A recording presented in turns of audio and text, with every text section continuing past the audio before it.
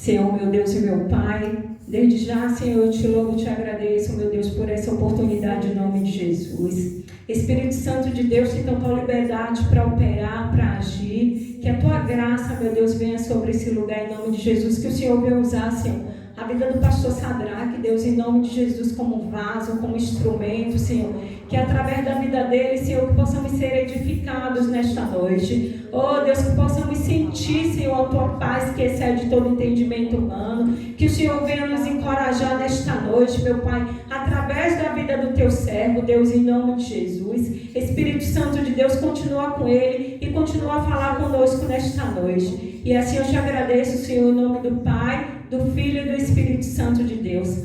Palmas para Jesus. Amém, irmão? Amém. Glória a Deus. Pai do Senhor, igreja. Amém.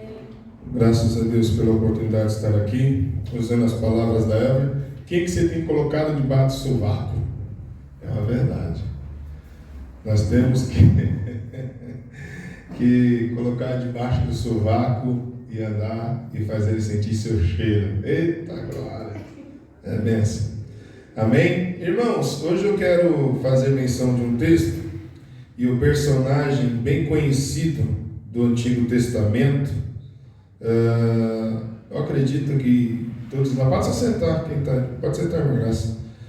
Eu acredito que a gente já passou, já leu, já ouvimos mensagem, já ouvimos pregações e muitas coisas sobre ele. Elias, capítulo 19 de 1 Reis, coloca aí para mim, vamos acompanhar que eu estou numa versão um tanto diferente aqui, mas vamos acompanhar no painel alguns versículos, vamos ler alguns versículos, e aí depois a gente vai extrair algumas lições aqui deste homem, amém? Diz assim o texto: Acabe fez saber a Jezabel tudo quanto Elias havia feito, e como totalmente matara todos os profetas à espada. Então Jezabel mandou um mensageiro, porque lá na minha Bíblia está um recado, aí eu fiquei com o recado na cabeça. Mandou um mensageiro a Elias e dizer-lhes: assim me façam os deuses e outros tantos, se der certo amanhã a esta hora não puser a tua vida como a de um deles. Continuamos. O que vendo ele se levantou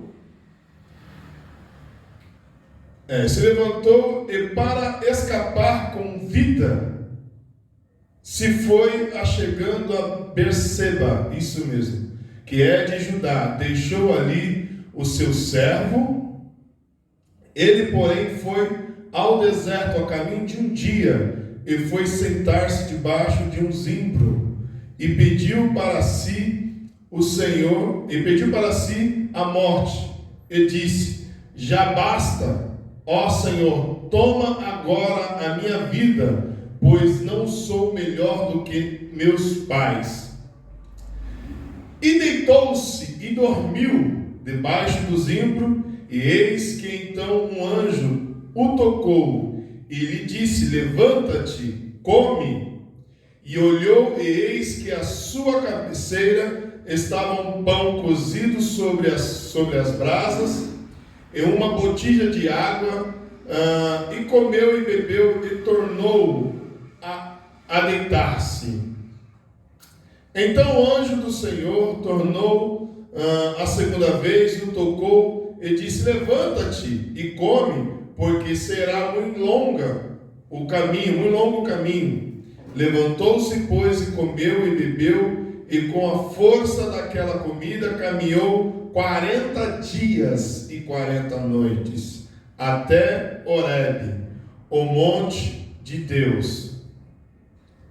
E ali ele entrou numa caverna, e passou ali a noite. E eis que a palavra do Senhor veio a ele, e lhe disse: o que fazes aqui, Elias? E ele disse: tenho sido muito zeloso pelo Senhor, Deus dos exércitos, porque os filhos de Israel deixaram a tua aliança e derrubaram os teus altares e mataram os teus profetas a espada, e só eu fiquei, e buscaram a minha vida para me tirarem. Continua. E Deus lhe disse: sai para fora e põe-te neste monte perante o Senhor. E eis que passava o Senhor, como também um grande e forte vento que fendia os montes e quebrava as penhas diante do Senhor. Porém o Senhor não estava no vento, e depois do vento um terremoto. Também o Senhor não estava no terremoto. Continua. E depois do terremoto um fogo, porém também o Senhor não estava no fogo. E depois do fogo uma voz mansa e delicada. E sucedeu que, ouvindo, Elias envolveu o seu rosto, a sua capa, e caiu para fora, e pôs-se à entrada da caverna. E eis que veio a ele uma voz que dizia: o que fazes aqui, Elias? E ele lhe disse: eu tenho sido extremo zeloso pelo Senhor, Deus dos exércitos, porque os filhos de Israel deixaram a tua aliança, derrubaram os teus altares, mataram os teus profetas à espada, e só eu fiquei, e buscam a minha vida para me tirarem. Amém? Glória a Deus. Que o Espírito do Senhor Jesus nos oriente, nos capacite para compreender um pouquinho sobre a vida deste homem mediante desse texto. Irmãos, nós estamos diante de um texto aqui que nos ensina algumas coisas muito importantes. Muito importante. Elias, ele é um homem que é conhecido pela sua bravura, pela sua ousadia. Pensa, alguém olhar para um lugar que não chove. Pensa alguém olhar para ninguém tinha visto aquilo acontecer, ele olha, vai chover. E ele falando aquilo, Deus ouviu a sua voz, reconheceu a sua voz e fez cair chuva do céu. Elias, profeta respeitado, no meio do povo, reconhecido pela autoridade que ele tinha em Deus, louvado e exaltado é o nome do Senhor Jesus, entra em um processo de situação que a gente começa a ver nós também, em alguns casos, como Elias, louvado e exaltado é o nome do Senhor e Salvador Jesus Cristo. Elias agora afrontado por Jezabel, toma uma decisão. O capítulo 19 começa uma história sendo narrada, louvado e exaltado é o nome do Senhor e Salvador Jesus Cristo, por Acabe, rei, contando o que tinha acontecido por intermédio de Elias. É interessante isso, que a rainha, a mulher do rei, fica sabendo do que o homem de Deus fez, colocando abaixo a ousadia dos deuses estranhos. Quando falo colocando abaixo, exterminando a ousadia, vamos trazer para os nossos dias, é o mesmo que você vê alguém confrontando a sua fé, confrontando o seu Deus, e você, tomado de ousadia, tomado de convicção de quem é o seu Deus, coloca a pessoa abaixo, faz ela respeitar o seu Deus pela autoridade e a comunhão que você tem com Deus. Foi isso que aconteceu com Elias. Elias, ele não aceitava ninguém afrontar o poder do Deus em que ele servia. Ele não aceitava, ele era ousado e tinha ousadia e comunhão com Deus para fazer o nome do nosso Deus ser glorificado em tudo que ele fazia. Ao ponto de exterminar deuses estranhos. servos estranhos, pessoas que não tinham relacionamento com o Deus que nós conhecemos, o Deus Todo-Poderoso. Jezabel fica sabendo que Elias, ele teve essa ousadia, e eu vou ler aqui o versículo primeiro, o que diz lá. Acabe fala que Elias tinha matado todos os profetas à espada. Todos os profetas ele tinha eliminado. O povo que estava com ele, quem estava andando com ele, quem era junto com ele, quem estava junto com ele. Aleluia! Louvado e exaltado é o nome do Senhor Jesus Cristo. Teve a ousadia, louvado e exaltado é o nome do Senhor Jesus, de ser um intérprete, um mensageiro, um obediente a Deus, e fazer todos os deuses estranhos serem eliminados, profetas, e fez arruaça. É engraçado e estranho ao mesmo tempo que, mediante uma ameaça de uma mulher, ele fica com medo de morrer e tem a atitude de fugir. O que eu quero dizer aqui, já no primeiro momento, o Marcial, quando ele começou aqui o louvor, ele falou uma palavra que é título também de nós refletirmos: aonde estiver 2 ou 3 reunidos a favor do nome do Senhor, o Senhor se faz presente. Isso não é uma mentira, isso é uma verdade. E é uma verdade tão extrema, porque o nosso Deus, ele habita em nós hoje através do seu Espírito Santo. O que dá a gente a um campo de reflexão e entender esta fala, que eu quero já trazer aqui para esse conteúdo do profeta Elias, é que Deus estando no meio do povo é uma coisa, Deus estando com o povo ou conosco o tempo todo é outra coisa. Deixa eu explicar isso daqui. Deus estando no meio da igreja é uma coisa, ele se faz presente no meio da igreja. Porque no meio, a palavra de Deus ela fala, é bem clara, onde estiver 2 ou 3 reunidos a favor do nome dele, ele se faz presente. Mas será que ele realmente está presente em cada um de nós? Como assim, pastor? Porque às vezes nós damos lugar e abrimos brecha para o inimigo, em que quem ciranda e quem se manifesta em nós não é o Deus em que servimos. Nós colocamos o medo como Deus. E o que aconteceu com Elias, ele esqueceu do poder que Deus usara há momentos atrás, e agora, mediante uma afronta de uma mulher, ele corre dela, ele foge da presença dessa mulher. E o texto vai narrando história e vai falando do comportamento dele. Ele pega o seu discípulo, que acho que estava debaixo do sovaco dele, viu, Elber? E foge. No meio de um caminho ele encontra uma cidade, se eu não me falha a memória, Berseba, que fala, né? É isso o nome da cidade? Berseba. Fala, ó, fica por aqui, não fica perto de mim, que se você ficar perto de mim, vai morrer nós dois. Vá você, fica aqui, e eu vou para outro canto. Deixa eu tirar a blusa que deu calor.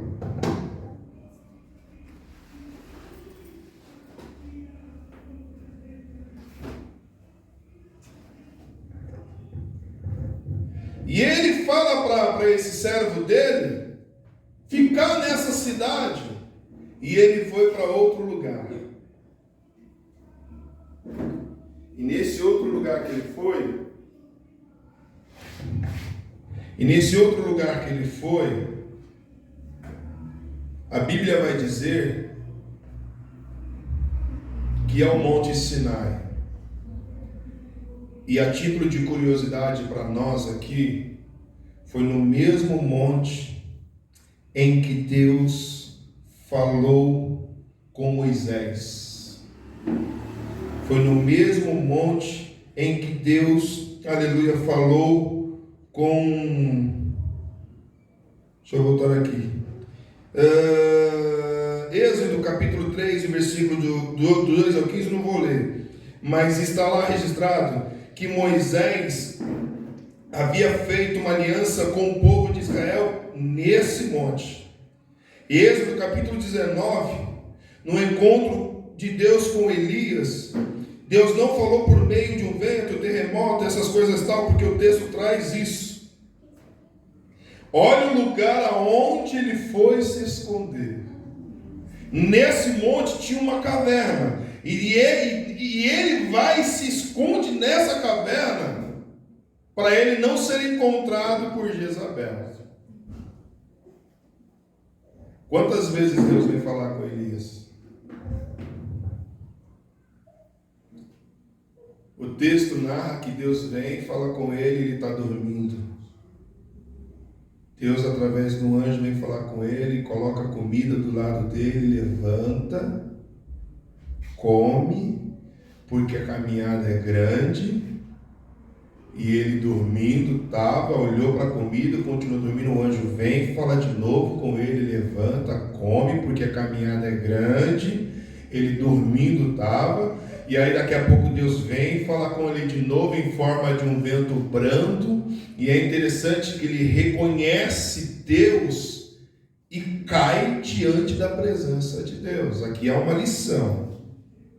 Toda vez que Deus ele se manifesta ou se manifestava para falar com o povo, eu tenho um pouco de estranheza. Hoje a gente vê uma estripulia, né? Deus falou comigo, em vez da gente temer a Deus, não de medo, mas de reverência a Deus, e temer com a cara no pó, Deus está falando. A gente vê uma estripulia no evangelho de hoje. Estava agora há pouco conversando com ela. Eu estou achando meio estranho o evangelho de hoje em dia. Não sei se é por conta da minha formação, do jeito que eu aprendi a servir a Deus. Hoje é um jeito meio estranho de evangelho. Isso eu estou falando na generalidade mesmo. É uma superficialidade aonde que qualquer coisa nos afasta da presença de Deus, qualquer coisa a gente escolhe antes de desfrutar da presença de Deus, e que aconteceu com o profeta Elias. Mas o que me salta aqui como uma lição primais desse texto é que todas as vezes que Deus fala com ele terceiriza a responsabilidade. A questão era: por que você está aqui, Elias? O que você está fazendo aqui? Essa é a pergunta que Deus faz para Elias. E o interessante é que ele responde: eu tenho sido fiel a ti, eu tenho obedecido a sua vontade. Coloca o texto para mim, Marcelo, se não me falha a memória, versículo 10. O 10 também fala. O 14 fala assim, Coloca o 10. Depois a gente chega até o 14. Se não me falha a memória, o 10 também fala. Ele responde para Deus. Ele diz: tenho sido muito zeloso pelo Senhor Deus dos exércitos, porque os filhos de Israel deixaram a tua aliança e derrubaram os teus altares e mataram os teus profetas a espada, e só eu fiquei e buscaram a minha vida para me tirar, para me matar. Olha só o que o abençoado tem coragem de chegar diante de Deus, que conhece todas as coisas. É a mesma coisa. Vamos trazer para nós aqui como um princípio de lição. A gente aceita o desafio de servir a Deus, de caminhar com Deus. A Eva acabou de falar aqui que não é só de alegria que a vida do cristão é feita. Não é só de flores que a vida do cristão é feita. Isso tem que estar bem convicto nas nossas vidas.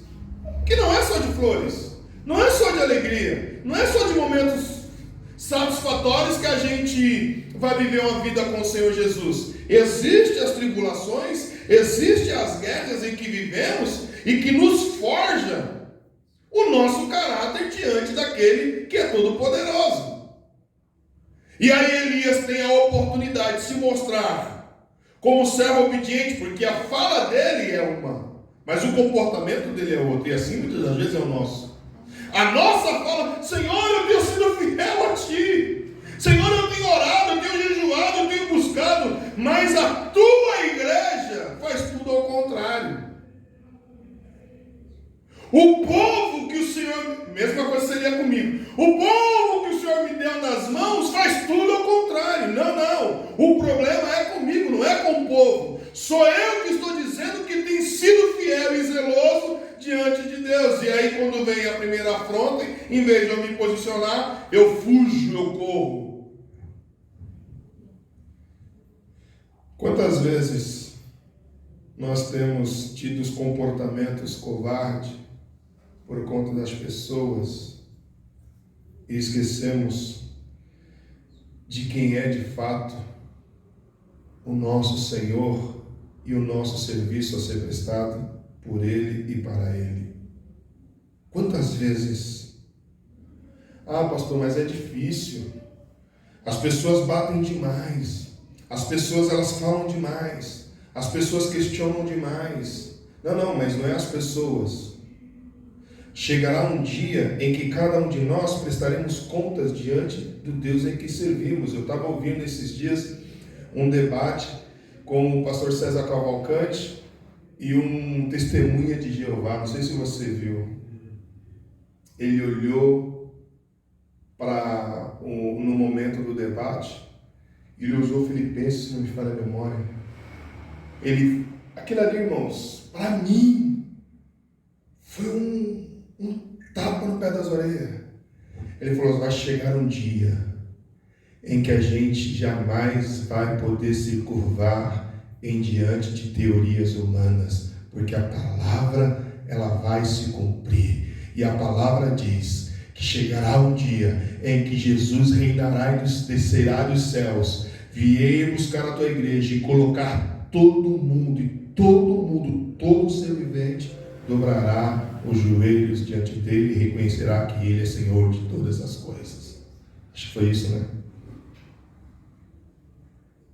Quando eu entendo isso, quando eu vejo isso, eu começo a ver o meu comportamento diante daquilo que eu digo que sou, como servo de Deus. Não tem como. Ainda que a tristeza, ainda que a angústia, ainda que as afrontas de tudo que a gente ouve, de tudo que a gente vê acontecendo, quer fazer a gente prostrar, mas quando eu olho para a palavra e lembro da palavra, e lembro do que a palavra já me fez entender quem é o meu Deus, eu tenho que criar força da onde não existe, para que o nome dele seja glorificado, e eu entender que eu sem ele, meu irmão, a gente vai se prostrar mesmo. A gente vai usar a estratégia de Elias, se esconder numa caverna. Mas a gente tem que lembrar também que o salmista, se não me falha a memória, Davi fala, eu só não vou saber do salmo agora, que aonde é que eu vou me esconder de ti, Senhor? Se não me falha é o 53, não lembro agora qual que é. Se achar aí, você me fala. Aonde é que eu vou me esconder de ti, Senhor? Se é na caverna, se é no monte, se é... Não tem aonde a gente se esconder diante desse Deus. A gente pode dar desculpa para fulano, a gente pode dar desculpa para ciclano, a gente pode dar desculpa para Bertrano, mas chegará um dia em que Deus colocará, louvado e exaltado é o nome do Senhor Jesus Cristo, nós, de frente a frente com Ele, e Ele falando conosco, que nós temos que nos posicionar e fazer o que precisa ser feito. O que Elias precisava fazer era: levanta e vá trabalhar, porque eu tenho uma missão para você, e se você ficar aí, não vai acontecer nada. E você tem que lembrar que existem muitos ainda que não se curvaram. Muitos aí não pararam e continuam fazendo o que precisa ser feito. Então, a situação não é com o terceiro, a situação é conosco. O problema não é o que as pessoas estão fazendo diante de Deus. O problema é o que eu estou fazendo. É o que nós estamos fazendo diante desse Deus que nós aprendemos a servir e a caminhar junto com Ele. palavra de Eliseu, ela é... Está descarregando.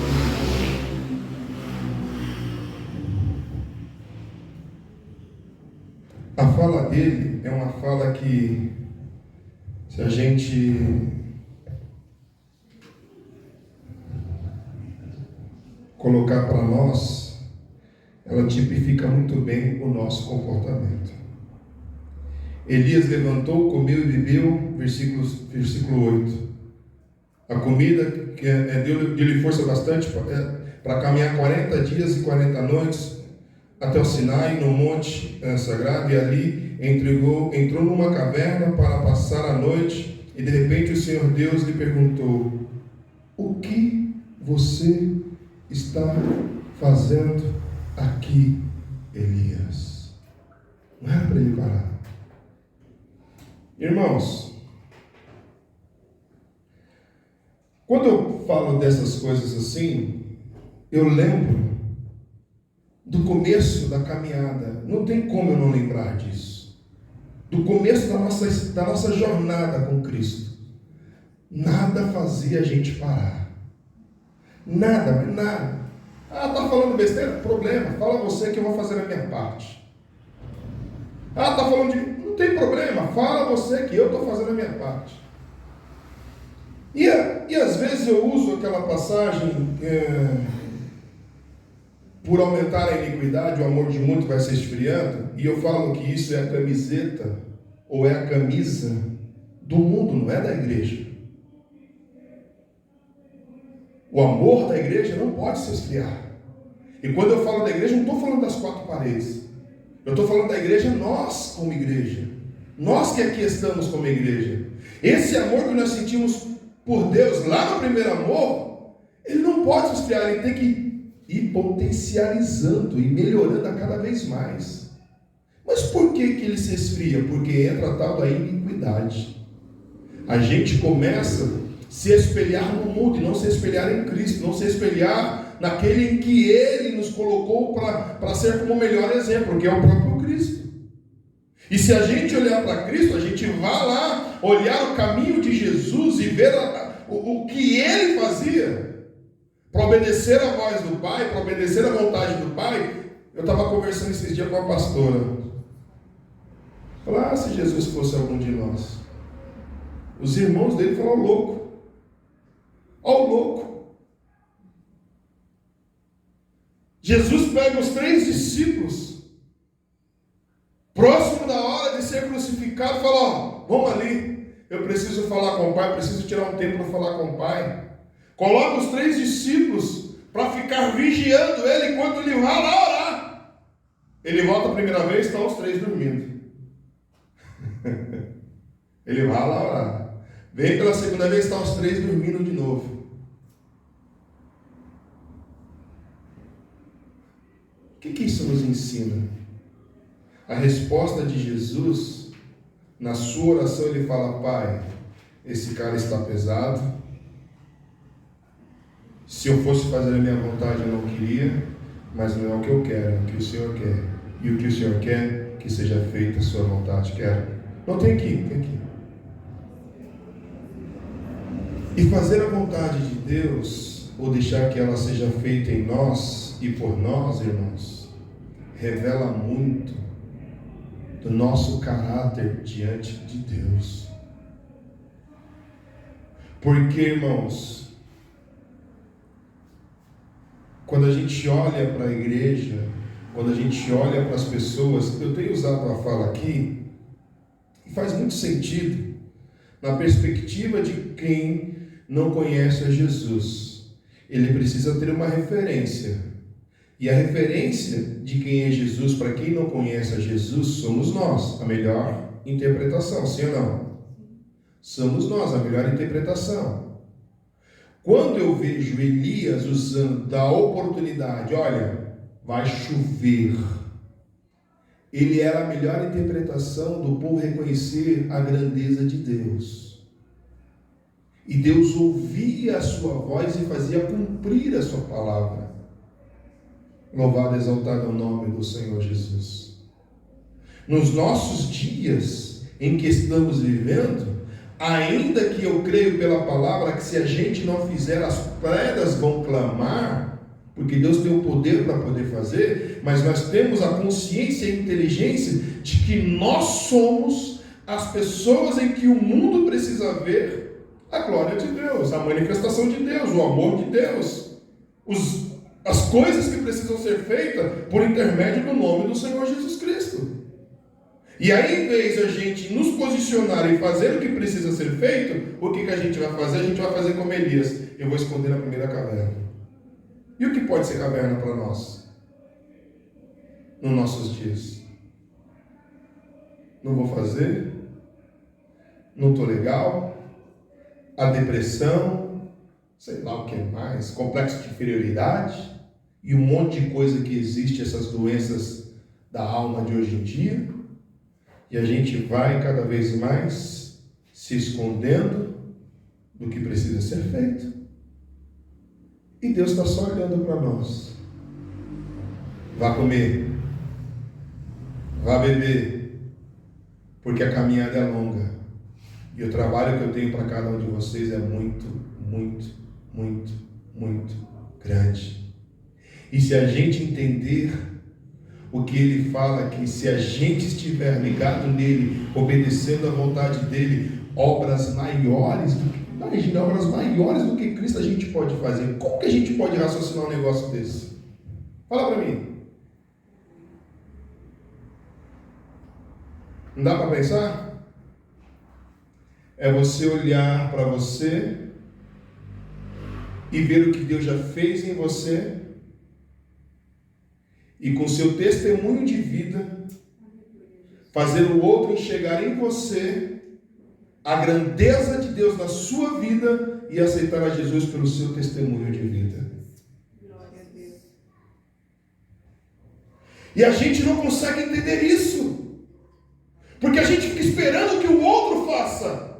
Mas quem é Jesus para nós? Eu falei domingo aqui de manhã na igreja. O que Deus fez na minha vida?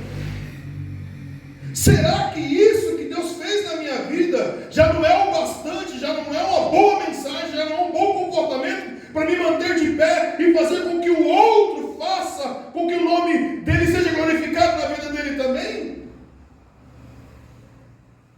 Olha o que eu ouvi ontem, na hora do almoço lá no serviço. A gente tem a sala lá que fica os seguranças, fica os motoristas, fica todo mundo lá sentado, trocando uma ideia.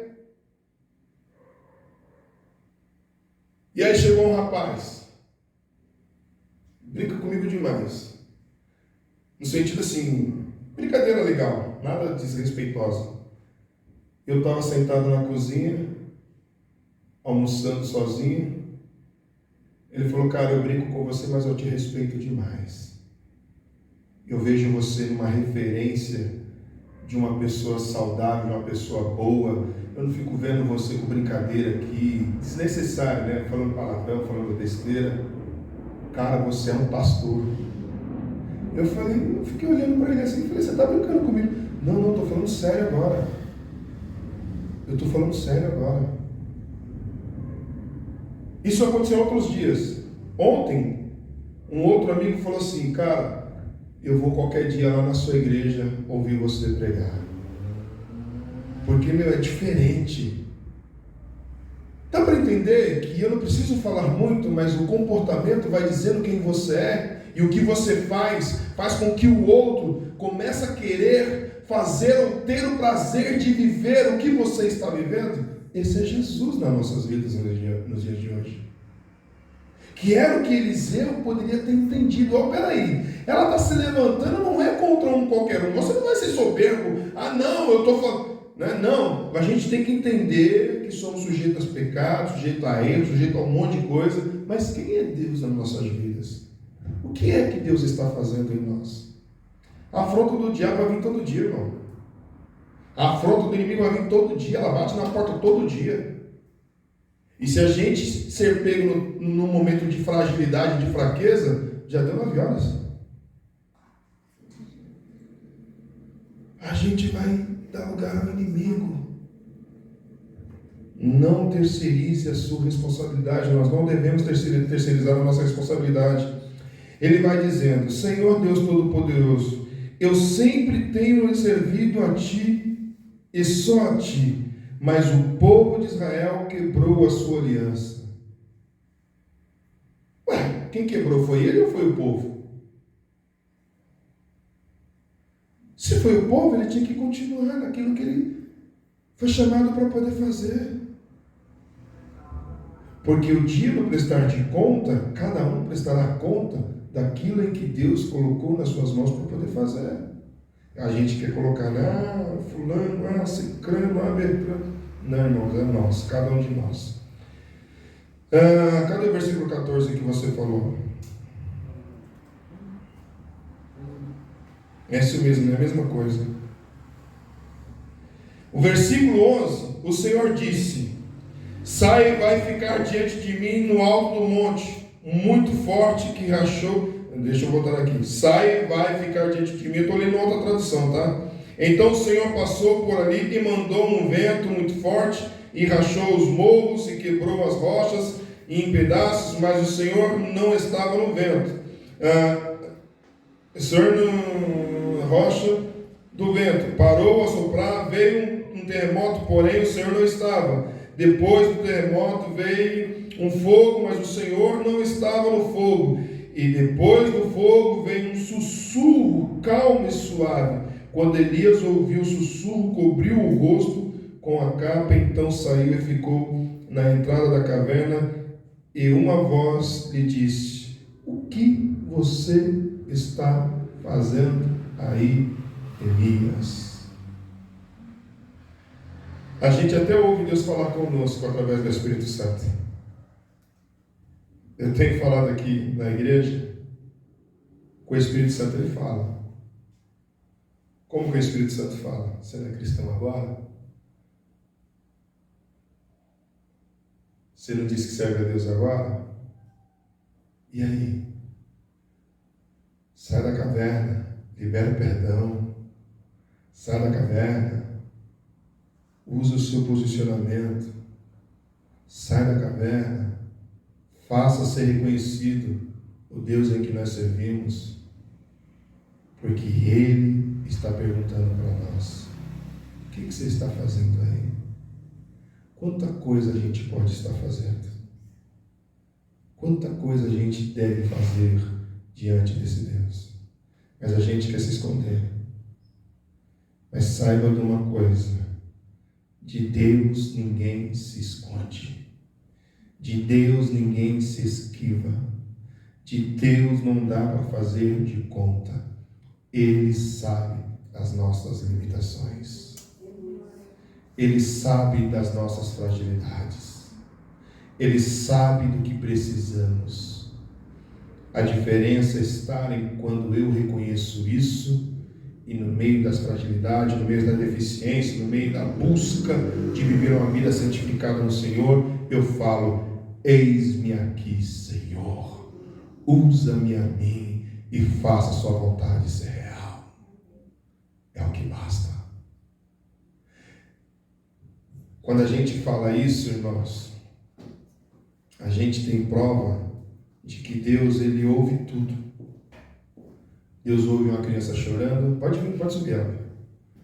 Deus ouve um pai reclamando, Deus ouve uma mulher reclamando, Deus ouve tantas coisas, mas o que Deus tem prazer de ouvir é uma oração sincera. Oremos ao Senhor e pedimos para que Ele responda as suas orações.